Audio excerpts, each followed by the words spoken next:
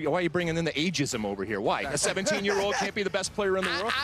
He's the best player. Lamine Yamal is the best player in the world right now. He just happens to be 17 years old. He's not a 17-year-old that's really, really good. He's not a 17-year-old who's the best player in the world. He's the best player in the world right at this moment. Wow, that guy sounds throwing amazing. Sweat all over the place. I wonder shouldn't drink this coffee anymore, okay? With everything you just said about Lamine Yamal, I wonder where he's on this brilliant list. I bet he's super high. Number 4. Great call. I just told you. Number 4, Christian Pulisic. Now that's another guy I'm sure you're going to say should be higher. Never heard of him. You've got everyone Next. should be higher. Number 3, Messi could go back to back and would become the undisputed greatest soccer player of all time. No, it's always going to be disputed, okay? It's always going to be disputed. People are going to dispute it. If you are already, by a lot of people, considered the GOAT, and then in your late 30s go back-to-back in the World Cup. This is the most to gain. What is he gaining? It's fractional. It's this. He's got another World Cup. Okay, he's won a World Cup. That goes through a lot of people believe he's the best in the world. Number 2, Ronaldo. The only thing he's missing. What's your problem with this Yes, one? I'm okay with Ronaldo up around the pack at the beginning, okay? But some of the other ones are just absolutely ridiculous. I mean, did you really do this? I did it. This is great. They asked you to do this. Most people wouldn't have even included Haaland. You're saying I should have had him higher, but most people wouldn't have even had him on the list. Was this like Grok or like was this no, it was AI not type AI. of thing that you generated here? How is this? It was not AI. And number 1, Yamal.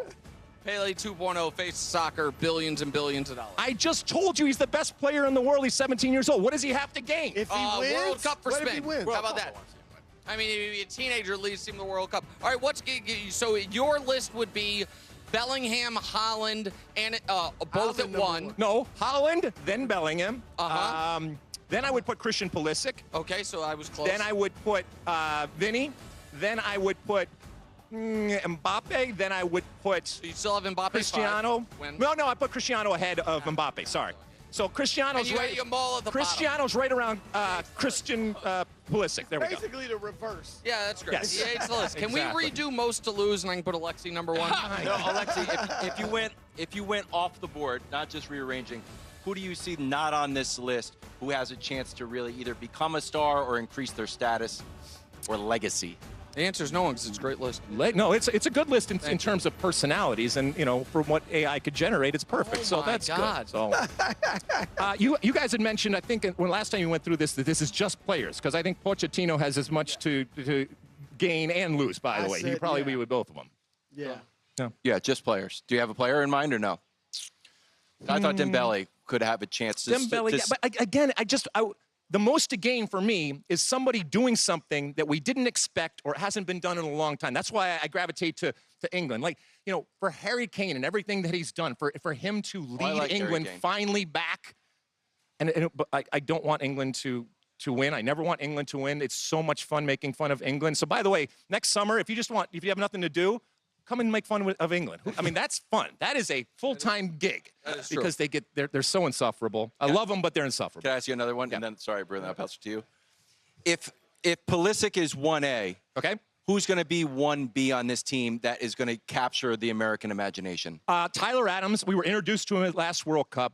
Just a wonderful player, but also as good a person. There's a maturity about him. The game changes when he is on the field in terms of the decisions that he makes. He's gotten better and better and better. Went through some injuries, but he's a guy I think absolutely would be important. And anytime the U.S. men play in a World Cup, goalkeeping position is something that is an opportunity there. Right now, Matt Turner, who played in the last World Cup, has not been playing a whole lot. And so I'm worried about the goalkeeper position. But if either him or somebody else were to come along, as the U.S. team, you're going to get shots. You have the opportunity. We remember Tony Meola from the days, Tim Howard from the days, Casey Keller, Brad Friedel. The list goes on and on and on. I would love to see a goalkeeper come to the fore. Ronaldo on the list, number 2, to try to get his first World Cup. What do you think at 41 years old are the chances of him doing that and then him also playing at a high level? Well, I think he's playing for a very good Portugal team right now. Maybe it's not as good as Argentina, and that's not a swipe at Messi, but the reality is that Messi has played with Argentina and Cristiano has played with Portugal, and I don't think it's on the same level in terms of national teams. Now, they won the Nations League the other day, which was good. I heard you talking to Stu Holden earlier in the show, and, I think he hit it on the head in that there is always going to be this debate as to, are they better with him? but they cannot take him off the field. They made their bed. Roberto Martinez, the coach, when he came in, he had a perfect opportunity to say, hey, we're going in a different direction. Yep. No, he didn't. He doubled down on Ronaldo. Ronaldo's out there. He's starting for better or worse. So far, it has been for better. And can you imagine at then 41 years old for him to go and win with Portugal? That would be something phenomenal to see. So we know he's in. We don't know for sure if Messi is in. It seems like it's leaning yes. They are the defending champs, and the bookmakers give them a real chance to repeat. A, do you give them a chance to repeat? And B, if they were to go on a run, would you envision Messi being a big part of that? Yes. I think that this is the last go-around for Messi, and the fact that we get to see him in his new backyard, if you will, here in the United States and what he's done for MLS, I think that's going to be fun. It's fun to see any team try to repeat. We also know how difficult it is. You're going to have everybody gunning for you. You're that much older. But, I mean, you don't put it past him playing every single minute, playing every single game, and once again starring, like I said, here in the United States. That's going to be fun. And what he has meant to the sport, especially over the last couple of years coming over, playing for Inter Miami. So we talk so much in the NBA Finals, certainly when we see the NFL schedule come out, the value of home court advantage, which the United States will have a lot of. You've played, obviously. I think we have some video of some of your highlights. No, you look awesome. Lots of hair ago. You look awesome. Do you think, like, the crowds, are we at an advantage, or is it just going to be so, everyone's going to be euphoric that it's kind of evens out? I think that there will be a groundswell of support. I think it will be maybe a slow burn over the year, but I think that one of the great things about the World Cups is it brings people together. It unites people, especially around the flag. We've seen it in a ton of other sports and a ton of other circumstances where, Americans like to rally around the flag. We can be divided on a bunch of different things out there, but when it comes to sport out there and our team that it represents our country, a lot of people, want to show up and they just want to have a good time and cheer for their country. The interesting thing about the United States, because of our populace, there will be a lot of home teams. There will be a lot of, domestic teams. Uzbekistan just qualified for the World Cup for the first time. I think there's 50,000 Uzbek Americans in the United States.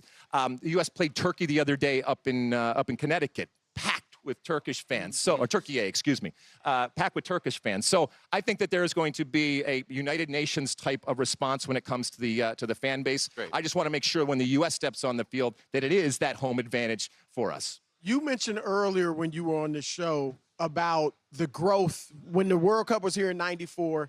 The growth of soccer in the United States since then.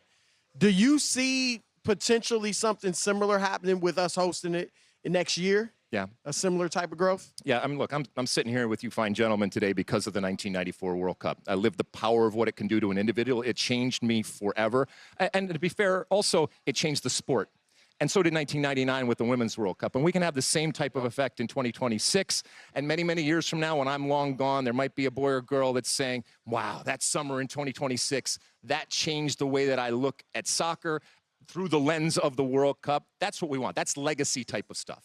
We kind of glossed over it. Before you go, one last question. I want to go to the guy who I had number one, maybe erroneously, in Yamal. Because Brew asked, can he be? And you just said, yes, he can be. For people that haven't watched Spain, obviously this is his first World Cup because he's a kid before that. What makes him special? Why is he at this age this good, and what type of player is he? So a couple of things. One, fearlessness. For a player that is that young and relatively inexperienced, he's not scared of anything. And I don't think it's like naivete or just dumb fearlessness that often comes with young people. He just takes players on and believes that he is better than them, faster than them, more skilled for them. Now, when you're looking at on the field, he sets up in the off wing. So here's some more hockey references, right? The off wing, he is a left-footed player. He sets up on the right-hand side.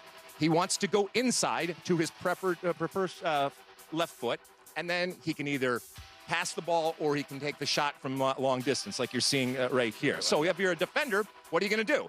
Well, I'm going to push him outside. Problem is, he's really, really fast, and he's really, really good. And even when you push him outside, he can get around you. So it's a double threat right there. But that inside move, going onto his left foot, just watch for that on a continual basis when you are watching Spain. They will get him the ball, they will isolate him, and then he will take you on, hoping to get inside on that left-hand foot, oftentimes curling the ball to that far side for goals, or like I said, diamond other people's out. Excellent. Alexi, thank you very Thanks. much. We'll Thanks, see you brother. all You year. want to shake my hand? You Yeah, can see Alexis. 8 o'clock tonight on Fox, the 1 year to go party. Alexi, There we thank you go. very much. Me and my thong. Bring him. Oh, that's TBD. The great Tom Rinaldi up next.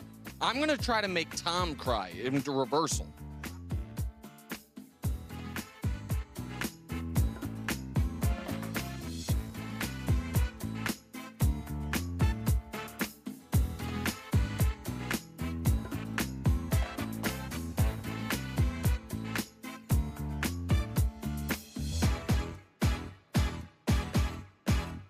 Can we stay just a little bit longer? Don't worry, we'll be back. I can't believe they're leaving. Like, who would ever want to leave this paradise?